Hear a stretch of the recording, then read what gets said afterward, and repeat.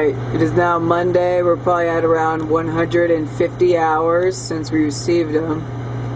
And you can see the embryo now. He has a little heartbeat. And this guy's doing well. We've lost over half of them to infection. It could have been just what was in this incubator before. They were growing stupid fungus before, and it probably screwed everybody over. Poor guys. But yeah, so we got two viable guys right here. We'll probably name these guys. Then we have another one over there.